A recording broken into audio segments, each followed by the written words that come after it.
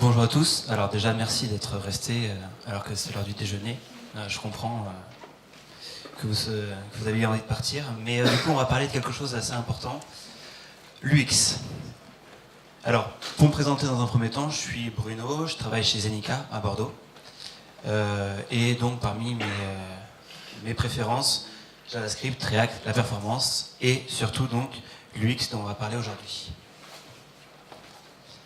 Alors aujourd'hui, j'ai 15 minutes, donc je vais essayer d'être le plus rapide possible, mais en même temps vous donner le maximum d'informations sur qu'est-ce qu'il faut faire et qu'est-ce qu'il ne faut pas faire sur un formulaire. Donc on va voir quelques-uns des thèmes qu'il y a là, et à la fin on finira sur une petite liste pour que vous puissiez vraiment avoir le maximum d'informations. Alors on va commencer sur les mots de passe. Qu'est-ce qu'on va faire avec les mots de passe dans une application? Et bien c'est simple, dans un premier temps, moi j'aimerais avoir beaucoup de contraintes sur mon mot de passe quand je vais l'entrer, de manière à ce que je sois sûr qu'il soit vraiment sécurisé et que je suis sûr de ne pas me faire hacker. Donc vous avez ici des exemples que je vous ai pris à chaque fois de ce qu'on aimerait avoir, de petits sites que vous ne connaissez pas forcément. Donc le premier c'est Cdiscount et le deuxième c'est Nest. En fait non, personne ne veut ça du tout. Alors qu'est-ce qu'on va faire justement par rapport à ce problème? Alors déjà, la première des choses, c'est qu'on ne va pas demander 2 fois le même mot de passe, parce que forcément, taper un mot de passe, si on a un mot de passe déjà sécurisé, ça peut être un petit peu long. Ensuite, vous avez sûrement déjà vu ça sur plein de sites, on va afficher un petit œil qui va nous permettre justement de voir sur le mot de passe, pour le voir si on l'a bien tapé, si on n'a pas fait de faute, de frappe au moment de la saisie. Enfin, justement, pour résoudre le problème de sécurité, l'une des choses qu'on peut faire, c'est l'indicateur de robustesse. Vous avez une librairie de Dropbox qui s'appelle ZXCVP, je crois. Voilà, c'est un nom impitable. Hein. Mais du coup, qui vous permet justement de calculer une force de mot de passe, le temps estimé pour un humain, pour une machine, pour pouvoir le hacker. Donc c'est quelque chose que vous pouvez utiliser pour justement afficher la robustesse de votre mot de passe. Et enfin, surtout, ne pas bloquer les caractères spéciaux, certains caractères. Enfin, je me suis pris la tête un nombre incalculable de fois parce que ce site ne supporte pas les chevrons, il ne supporte pas le signe dollar, il ne supporte pas je ne sais quoi, l'étoile. Derrière, normalement, si vous avez une application qui est bien développée, vous êtes censé pouvoir gérer n'importe quel caractère. Ok, ensuite, les CAPTCHA. Alors les CAPTCHA, quel est le postulat de base? Avoir un CAPTCHA très compliqué pour s'assurer que moi, en tant qu'utilisateur, je ne suis pas un robot et que je suis vraiment un humain. Donc l'exemple ici, alors c'est pareil, vous ne connaîtrez peut-être pas le site sur lequel ça s'appelle Facebook. Donc voilà, là je me défie, je ne sais pas s'il y a quelqu'un qui arrive à lire ce qui a marqué sur ce CAPTCHA. J'ai essayé, j'y suis pas arrivé et je crois que même à force de faire la présentation, j'y arrive toujours pas. Bon, évidemment, ça c'est l'attitude qu'on a dès qu'on a ce genre de CAPTCHA devant nous. Alors qu'est-ce qu'on va faire par rapport à ça? Donc vous avez reCAPTCHA qui est sorti il n'y a pas très longtemps. reCAPTCHA, il vous permet d'avoir par rapport à d'autres systèmes, vérifier si jamais oui ou non vous êtes un robot. C'est simple, vous le voyez souvent sur les sites quand vous avez les 8 petites cases où il faut choisir, où il y a le panneau, où il y a la voiture et tout. Et qu'en même temps vous apprenez à une IA à reconnaître les CAPTCHA du coup. Sinon, vous pouvez aussi utiliser Akismet, qui n'est pas utilisable que dans WordPress pour les commentaires, mais qui permet aussi justement de faire de la gestion de spam et de s'assurer que de votre côté, la personne va être suffisamment réelle pour pouvoir accéder à votre application, poster un commentaire ou ce que vous voulez. Étape suivante, la validation. La validation, j'aimerais savoir très vite si je me suis trompé sur un champ. Alors là, je vais avoir besoin d'expliquer un petit peu ce qui s'est passé. Donc il y a un premier select où je vais devoir choisir le pays d'où je viens. Et donc j'ai cliqué dessus, et à peine j'ai cliqué dessus, j'ai une grosse erreur en rouge qui est apparue en dessous, qui m'a demandé de mettre un numéro de téléphone valide. Alors j'étais juste en train de sélectionner mon pays, et là c'est une erreur qu'a fait une petite entreprise que vous connaissez sûrement pas non plus, qui s'appelle Apple, dans l'installation justement de votre OS.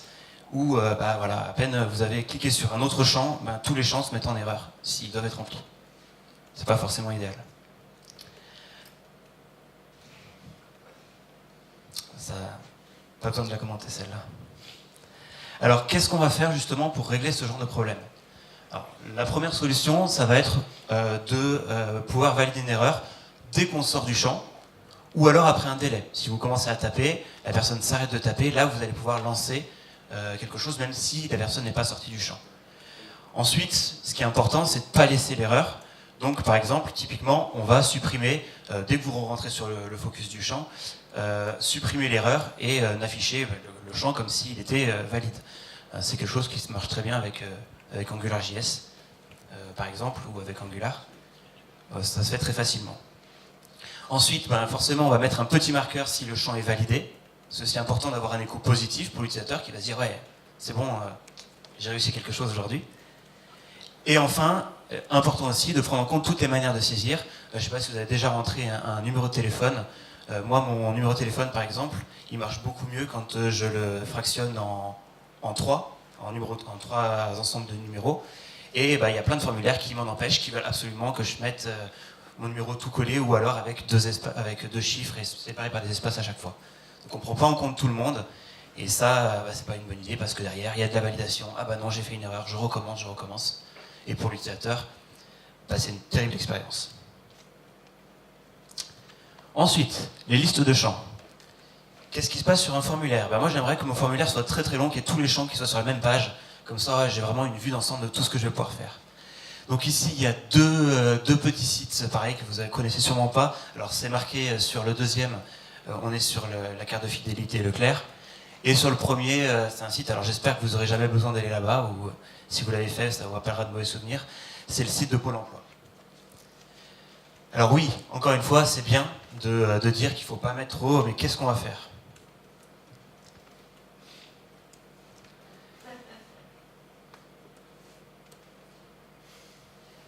Donc, pour ce genre de formulaire-là, il y a plusieurs choses. Déjà, on va le découper par thématique, en étapes. Vous voyez souvent ça sur tous les sites maintenant qui sortent de plus en plus. On va avoir une barre de progression qui va être ajoutée avec un ensemble de données. Les informations personnelles, les informations professionnelles, etc. Donc ça, c'est une première chose qui est importante à faire. Et donc, comme j'ai mis en troisième, l'indicateur de progression pour signifier vraiment où est-ce qu'on en est sur le formulaire. Est-ce qu'on en est à la moitié ou pour éviter que la personne se dise bon, je ne sais pas où quand c'est fini, je m'en vais, c'est plus possible. Ensuite, évitez de faire plusieurs champs pour la même chose. Quand vous avez un champ de date, par exemple, vous avez sûrement tous déjà vu ça. Vous avez un premier select pour récupérer le jour, ensuite pour récupérer le mois, ensuite pour récupérer l'année. On ira tous plus vite à mettre, par exemple, le 14/09/2018. Ce sera toujours beaucoup plus simple. Donc gardez un seul champ pour ça. Et enfin, surtout, s'assurer que tous les champs sont nécessaires. Parce que honnêtement, si je m'inscris sur un forum, savoir mon numéro de sécurité sociale ou si je m'inscris, je ne sais pas, sur une application qui permet de stocker mes mèmes, ils n'ont pas besoin de savoir si je suis marié, si je suis célibataire ou si je suis en concubinage. Ça n'a pas d'intérêt. Donc ces champs-là, ça ne sert à rien de les demander à l'utilisateur. Ou alors si vous voulez vraiment les demander, mettez-les en facultatif. Les boutons. Qu'est-ce qu'on va faire avec les boutons? Moi, j'aimerais bien pouvoir valider, annuler, remettre à zéro. En fait, je suis un petit peu perdu par rapport à ça. C'est que valider, pour moi, ça veut rien dire, en fait. En ce moment, je suis très fatigué. J'ai tendance à oublier des choses que j'ai fait il y a 5 secondes. Donc, au moment où j'arrive sur le bouton valider à la fin du champ, je me demande encore ce que j'ai fait. Je vais devoir revenir sur le champ, me reposer la question, alors que c'est très simple de faire autrement. Au lieu de mettre valider, mettez créer votre compte. Tout de suite, je sais que, ah oui, c'est vrai, je suis en train de créer mon compte. Et peut-être que c'est là aussi où ça va faire tilter. Attends, il m'a demandé une information qui est un petit peu bizarre pour créer mon compte. Ensuite, n'utilisez jamais le bouton annuler ou le bouton reset. Est-ce que quelqu'un ici, on va faire un petit sondage, est-ce que quelqu'un a déjà rempli un formulaire où il y avait un bouton reset et a cliqué sur le bouton reset parce qu'il voulait annuler toute sa saisie? Est-ce que c'est déjà arrivé à quelqu'un? À part votre rôle, évidemment.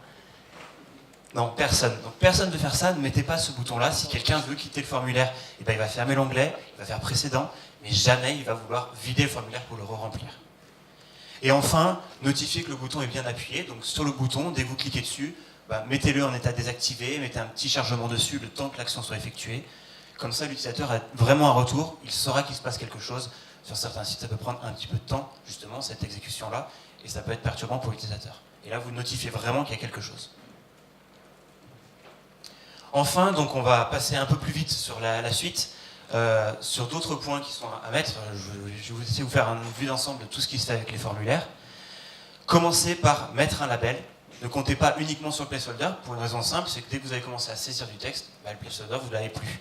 Vous savez plus ce que vous êtes en train de saisir. Ensuite, ne mettez pas les labels en majuscules. Hein, vous savez tous que sur Internet, quand on écrit quelque chose en majuscule, les gens pensent qu'on est en train de crier.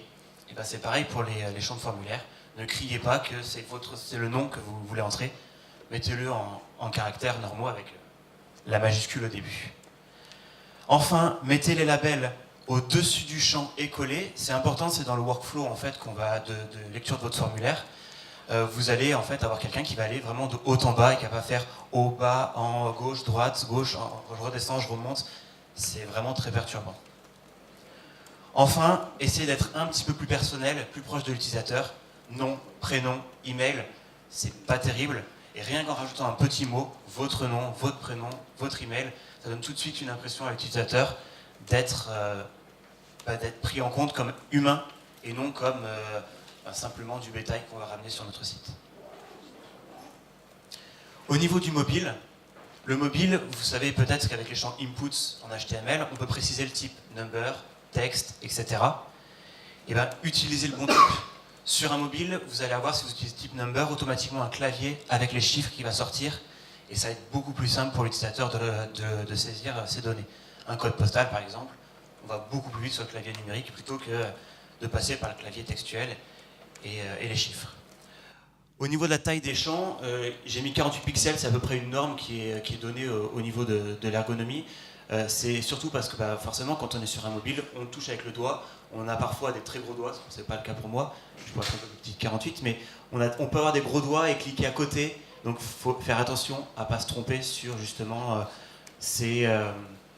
sur deux champs et du coup faire perdre du temps à l'utilisateur. C'est toujours de ça dont ça ressort. Et enfin, évitez les selects quand il y a peu de champs. Madame, monsieur, pas de genre. Ça ne sert à rien de mettre un select pour ça, qui va demander un premier clic pour ouvrir le select et un deuxième clic pour choisir. Vous avez 3 possibilités, vous pouvez le mettre sur une ligne ou les uns en dessous des autres. C'est beaucoup mieux. Effectivement, après, vous n'allez pas mettre les départements sur cette manière-là, parce que ça va faire quand même un petit peu long et on retourne dans le problème du formulaire que je vous ai montré tout à l'heure. Et ensuite, pour terminer, quelques petits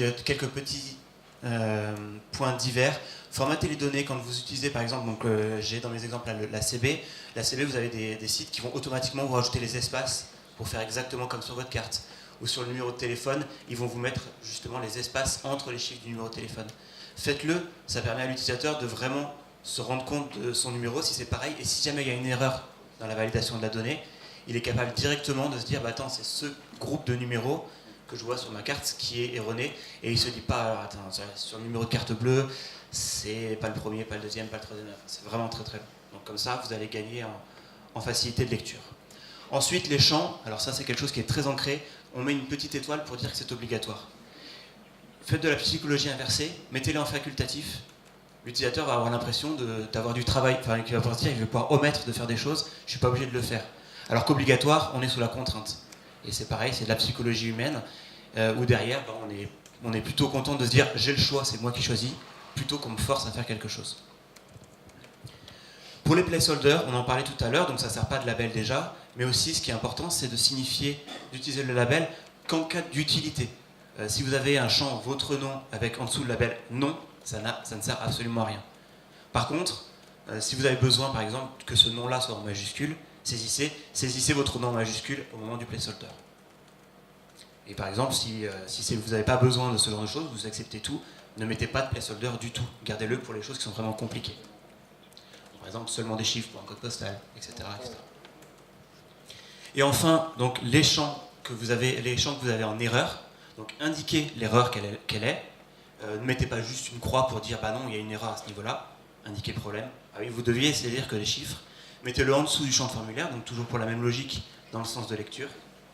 Et ayez une explication qui soit correcte. Ne mettez pas ce champ est invalide, ça n'a pas d'intérêt pour l'utilisateur, il ne va pas savoir comment corriger le problème. Alors ça arrive souvent sur le tout premier exemple avec les mots de passe, où les gens vont dire bah non, ce mot de passe n'est pas valide. Et à aucun moment ils vont préciser quels sont les caractères qui posent problème.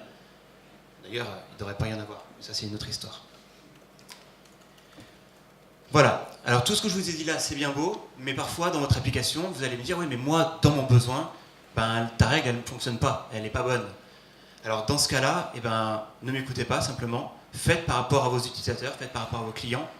L'user experience, quand on parle du X, on parle d'utilisateur. L'important, c'est surtout de mettre en avant l'utilisateur, de voir ce qui lui plaît, de voir ce qui ne lui plaît pas, et d'ajuster justement les pages pour faire en sorte que ce soit le plus clair possible pour lui.